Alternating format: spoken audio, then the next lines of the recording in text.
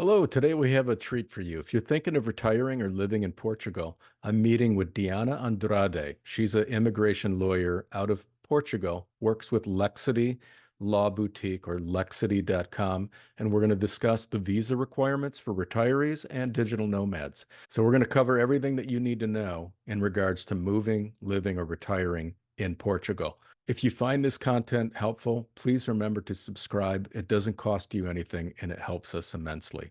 Thank you.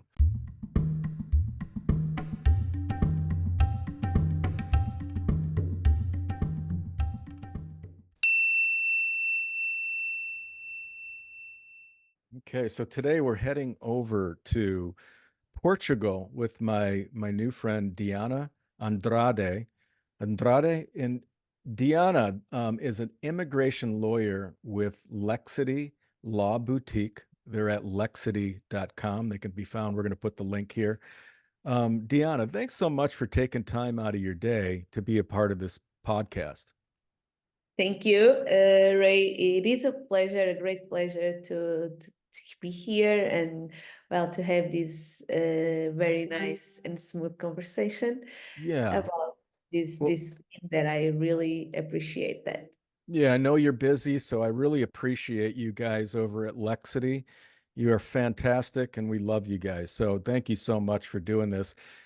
So you focus on working with retirees and expats that are moving or interested in moving to Portugal.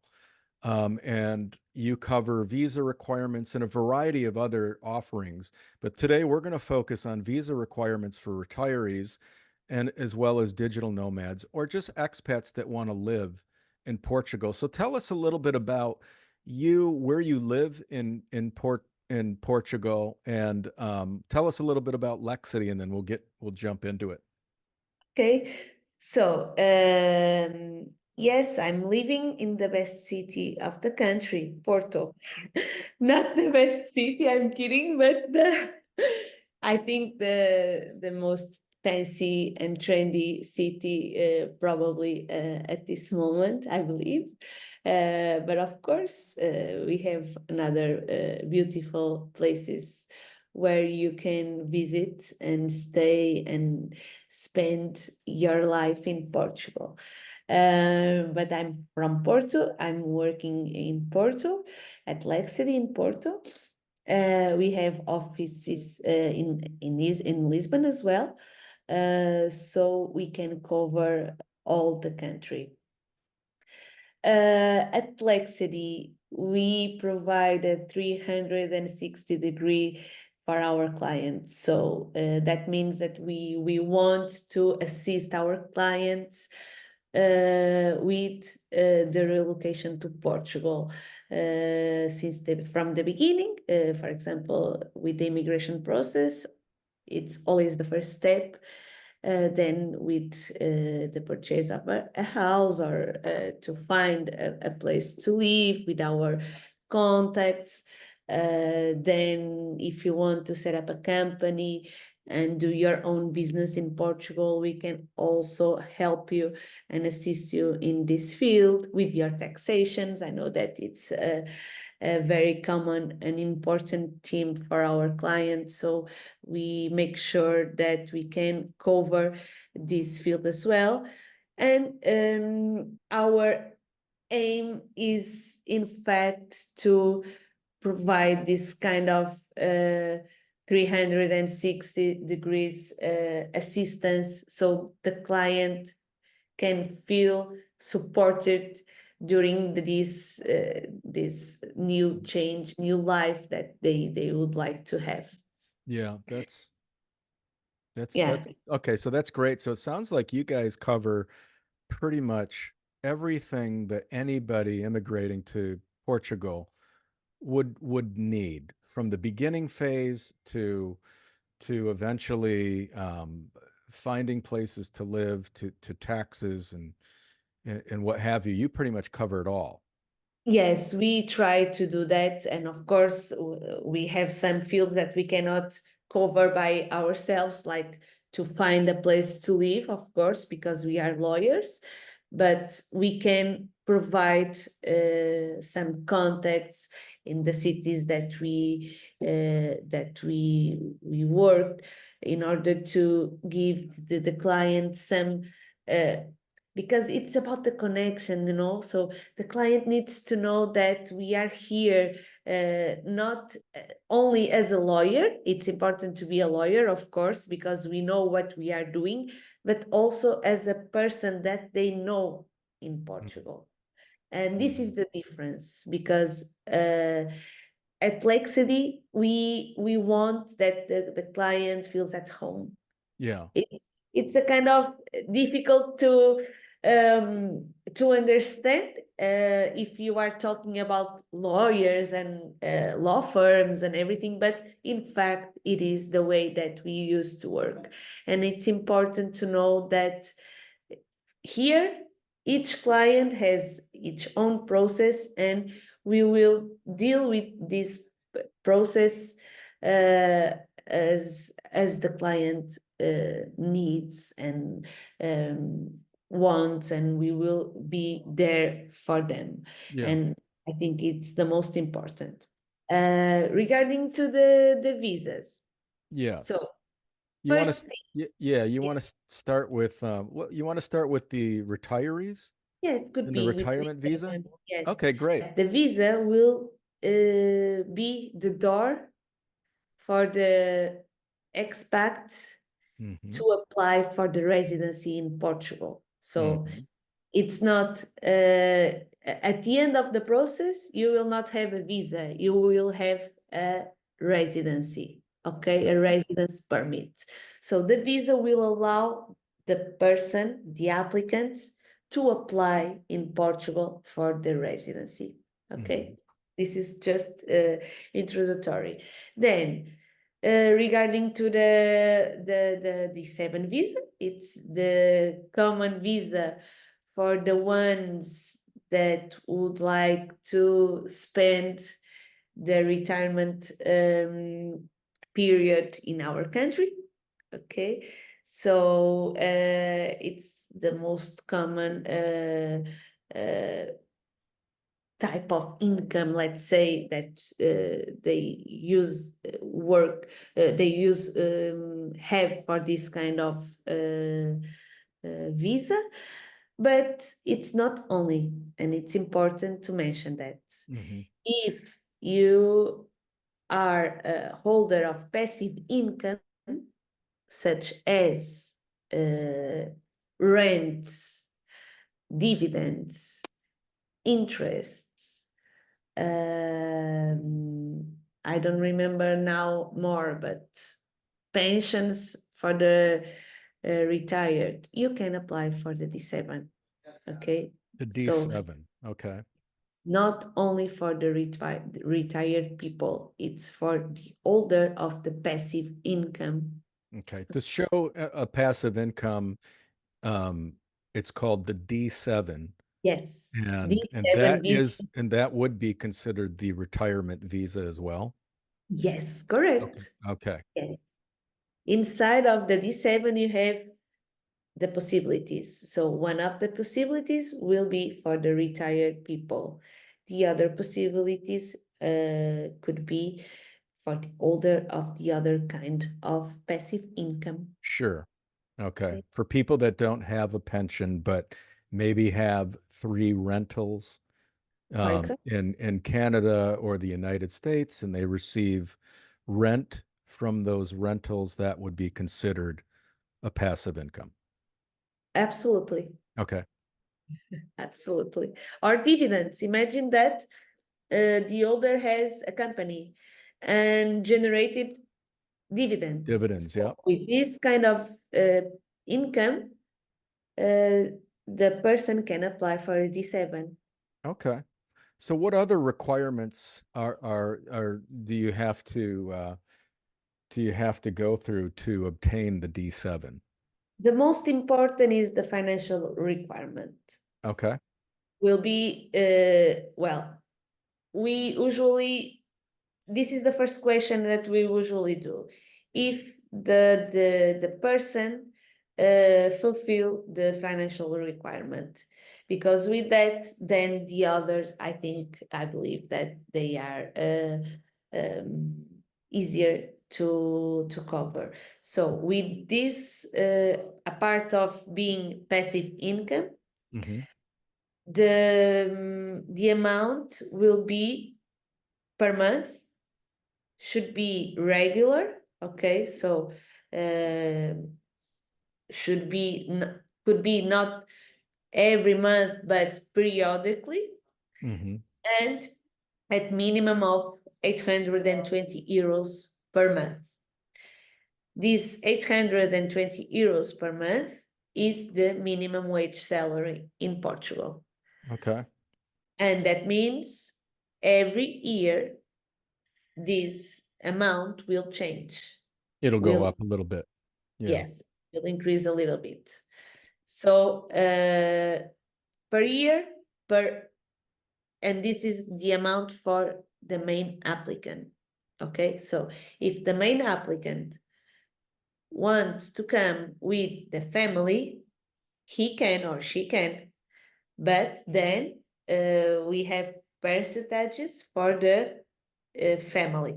So if the applicant wants to bring a spouse, Mm-hmm. should prove that he earns more 50% of the 820. If he So wants that to, would be an additional 410, four hundred that's and it, ten dollars. that's it. And then 30% per each minor. Okay.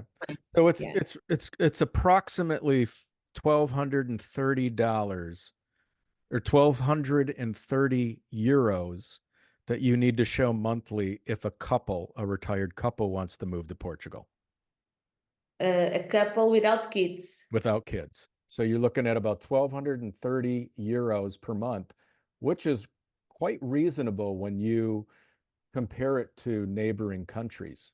Yes, absolutely. Yes, yes, it is. So that's a And the real cost of draw. life, yes, and the cost of life here, it's okay, I believe so, because of course, the goods, the price of the goods are increased, but uh, I at this moment it's very comparing with the other my neighbors, our neighbors, it's absolutely okay to live and have a good life in Portugal. Yeah, it's a beautiful country, no doubt. The now if people, let's say, don't have a passive income, if they don't have a pension, but they're older and they have money in the bank, can they just show they have a certain amount of savings? No, no, it's Okay. not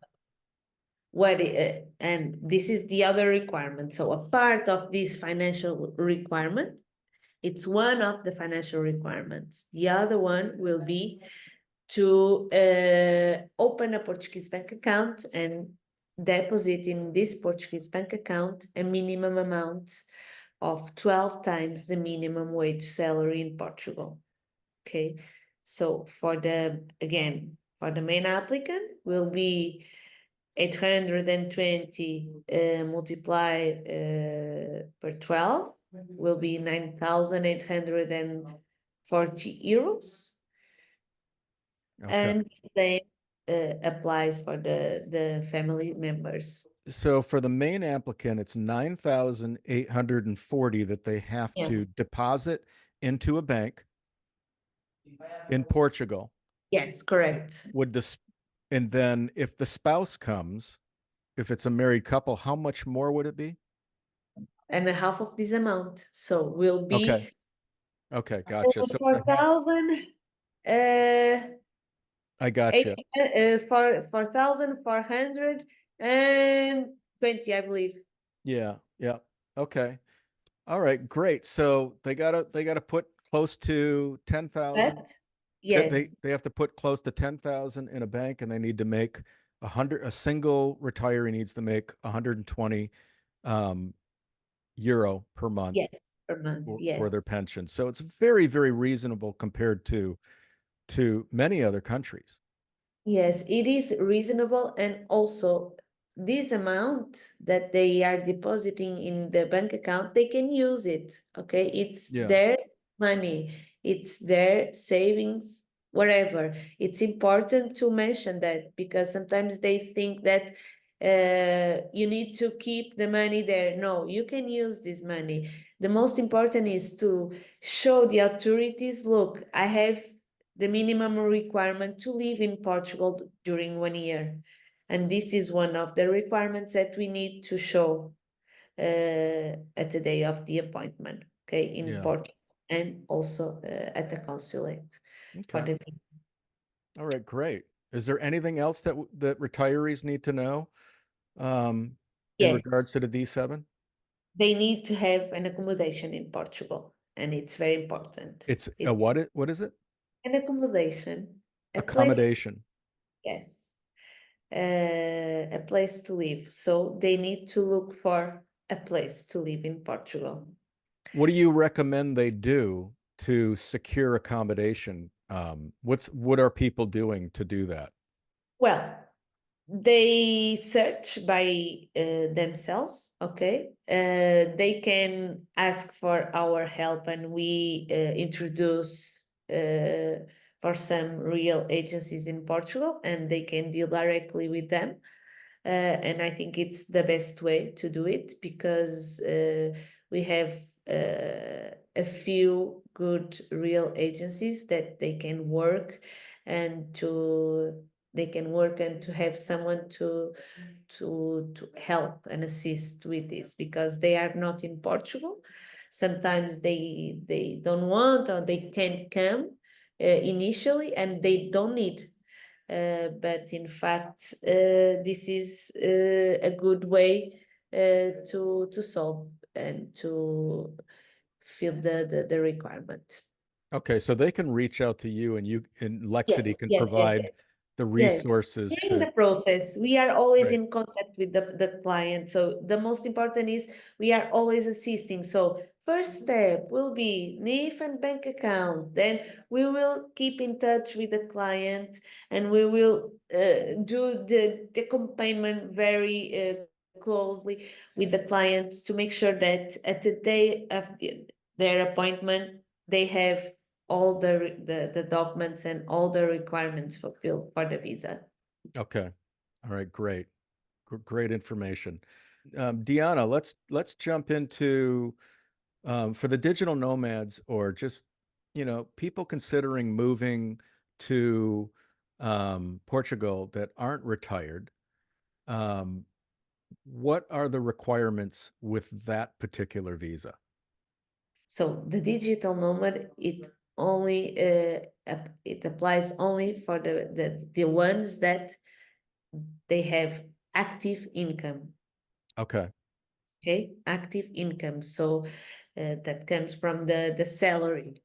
Okay, could be independent, a freelancer, or Hmm. could be a person with an employment contract with a company.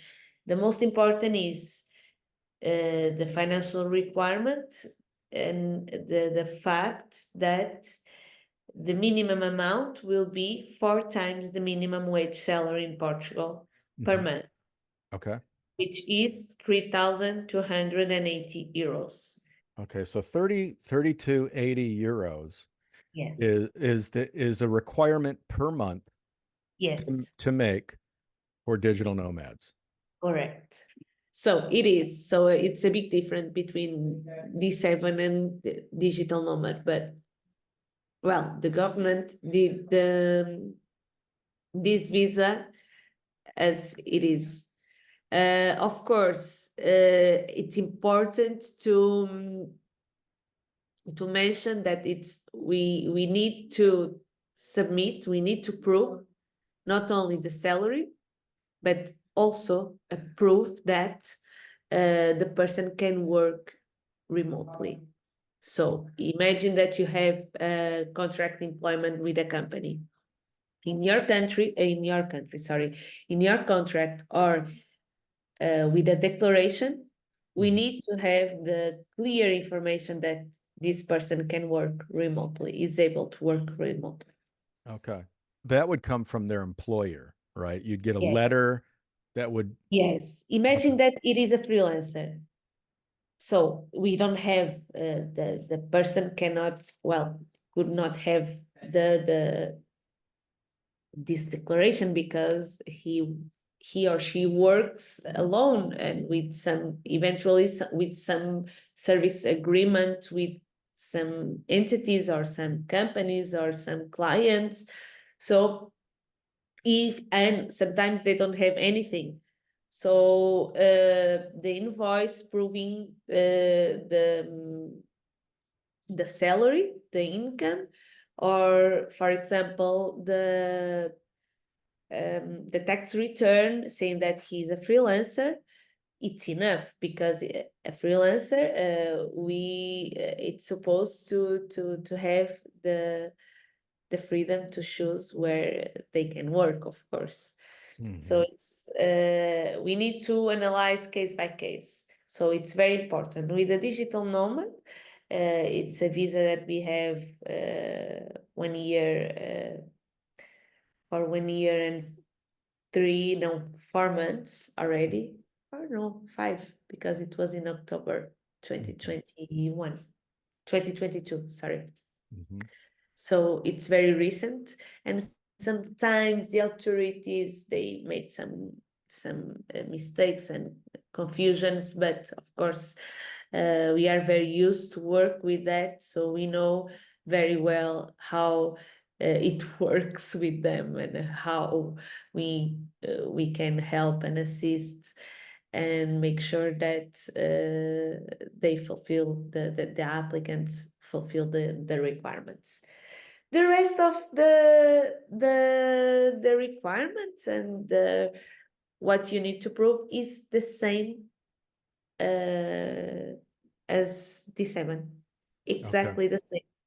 So Proof the, of accommodation, the minimum amount for 1 year in the Portuguese bank account, travel insurance, criminal record, everything. So all the remaining requirements are the same for okay. these two kind of visas. So I would guess, and I would think that most digital nomads, they're really they're really nomads. They go to a country where they can stay as long as they can stay on a tourist visa, and then they go to the next country. Yeah, So it almost bypasses a lot of the steps required to put no, a because, well, imagine a US citizen. You have 90 days to mm-hmm. be outside of in the Schengen area, for example. Yes. So when want you want to be more than this, over than 90 days, you need a visa. So Yes. that's why. So you need to see if you really want to be in a place and in a country and then change for another country and, well, so on, so on. Maybe for you it's not a digital nomad or a visa residence, but a temporary stay visa, Yes. which is allowed as well with the same requirements, almost the same, and will be for a lower period of time, you know. Mm-hmm. So we, of course, then we need to navigate the best option for the client, the Mm-hmm. best visa. But this one is you can in fact choose a temporary stay visa for a digital nomad. Mm-hmm. All right, great. Is there anything else that you can think of that the viewers would need to know about the digital nomad visa that we're discussing? Anything that we didn't cover? Related with this kind of these two kind of visas, it's important to mention that each process is a process, okay, Mm-hmm. and needs to be analyzed carefully to see the best option. Okay.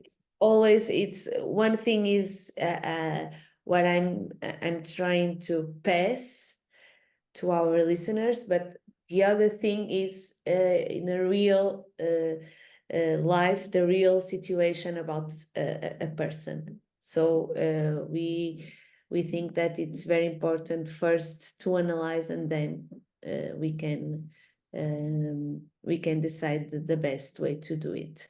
Yeah. Okay. And I got one more question I forgot to ask. For the retirement visa, is there an age requirement in No, Portugal? There isn't. no, Okay.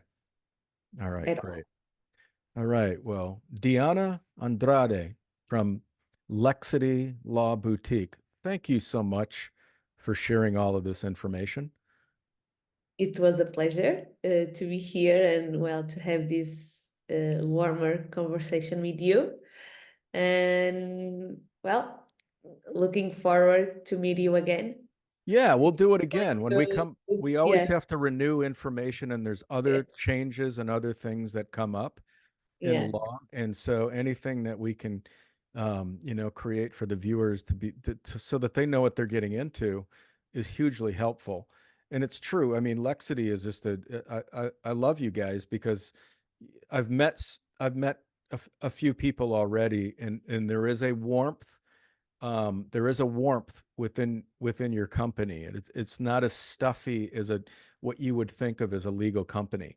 And Yeah, a lot of people that are emigrating, it can be stressful, and yeah. that's important to work with people that can really help you navigate um, that way. So I really appreciate, Deanna, your time, and thank you again. Thank you too. And well, looking forward to meet you again. All right, you take care. Have a nice Thank rest of you. the day. Take care.